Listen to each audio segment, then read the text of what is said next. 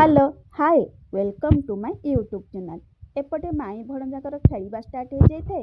ଆଉ ସେପଟେ ଯେହେତୁ କାଲି ଉପରବେଳା ଥିଲା, ପିଲାଙ୍କୁ ବସ୍ ଛାଡ଼ିବା ପାଇଁ ଆସିଥିଲା, ପୁଅକୁ ଦେଖିକି ଭାଇ ପୁଣି ଥରେ ପଛ ବ୍ରେକ୍ ମାରିଥିଲେ। ଆଉ ପୁଅ ସହିତ ଟିକେ କଥା ବି ମଧ୍ୟ ହେଇଥିଲେ। କାହିଁକି ନା ଆଜ୍ଞା, ଯେହେତୁ ସେ ଛୋଟ ଛୁଆ, ତାକୁ ଟିକେ ଅଧିକା ଭଲ ପାଆନ୍ତି। ଦେଖିଦେଲେ ଏମିତି କଥାବାର୍ତ୍ତା ହେଇକି ପୁଣି ପଳାନ୍ତି। ଆଉ ଏପଟେ ତା ଭଉଣୀ ବସିଥିଲା ଆଉ କାନ୍ଦୁଥିଲା, କାହିଁକି ନା ସେ ଭାବୁଥିଲା କାଳେ ତା ଭାଇକୁ ନେଇକି ପଳେଇବେ। ଆଉ ଏପଟେ ଭାଉଜ ତାକୁ ପାଇ କରିକି ଝିଅକୁ କହୁଥାନ୍ତି, ତୋ ଭାଇକୁ ନେଇକି ପଳେଇବେ।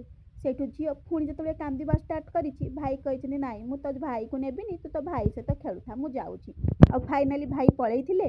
ଆଉ ଆମମାନେ ପୁଣି ଥରେ ପଳେଇ ଆସିଥିଲୁ ଘରକୁ। ଆଉ ଏପଟେ ମୁଁ ଦେଖୁନାହାନ୍ତି, ଝିଅକୁ ପାଇ କରିକି ଯେତେବେଳେ ପଚାରିଛି ତୋ ଭାଇକୁ ସେମାନେ ନେଇଯାଉଥିଲେ, ସେଇଠୁ ସେ କହୁଛି ହଁ, ଭାଇକୁ ନେଇଯାଉଥିଲେ। ଯାହା ବି କୁହନ୍ତୁ ଆଜ୍ଞା, ଭାଇ ଭଉଣୀର ଭଲ ପାଇବାଟା ଏମିତି ଛୋଟବେଳୁ ଥିଲେ ହିଁ ବହୁତ ଭଲ। ଆଉ ଏପଟେ ମୁଁ ତାକୁ ଟିକେ ଗେଲ କରିଦେଇ ରଖିଦେଇଥିଲି। ଆଉ ତାପରେ ଆମ ଘରକୁ ଆସିଥିବା ଗୋଟେ ନୂଆ ସଦସ୍ୟ ସହିତ ଟିକେ କଥାବାର୍ତ୍ତା ହେଉଥିଲି। ଆଉ ଏପଟେ ପୁଣି ଥରେ ଷ୍ଟାର୍ଟ ହେଇଯାଇଥାଏ ମାଇଁ ଭଣଜାଙ୍କର ଖେଳ।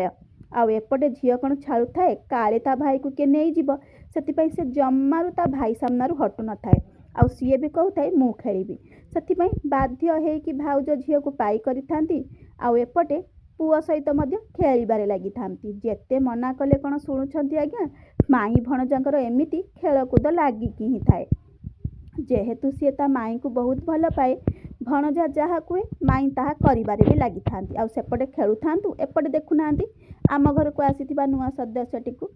ଯେହେତୁ ଆମର ଏଇ କୁକୁରଟିକୁ ଆମେ ଆଣିଛୁ, ତା ନାଁ ଦେଇଛୁ ପିଟର। ତାକୁ ଖାଇବାକୁ ଦେଇଥିଲୁ, ଆଉ ଖାଇସାରିକି ସେ ମାଆଙ୍କ ପାଖକୁ ଟିକେ ପଳେଇ ଆସିଥିଲା। ଆଉ ମାଆ ତାକୁ କହିଥିଲେ ତୁ ସେଇଠି ବସ। ଯାହା ବି କୁହନ୍ତୁ ଆଜ୍ଞା, ମୋ ମାଆଙ୍କୁ ନା କୁକୁର ଜମା ପସନ୍ଦ ନାହିଁ। ଯେହେତୁ ଆମେମାନେ ରଖିଛୁ, ସେଥିପାଇଁ ଟିକେ ବାଧ୍ୟ ହେଇକି ତାକୁ ଗେଲ ଆଦର କରିଦିଅନ୍ତି। ଆଜିର ଭିଡ଼ିଓଟିକୁ ଏଇଠି ରଖୁଛି। ରହୁଛି, ନମସ୍କାର, ଜୟ ଜଗନ୍ନାଥ।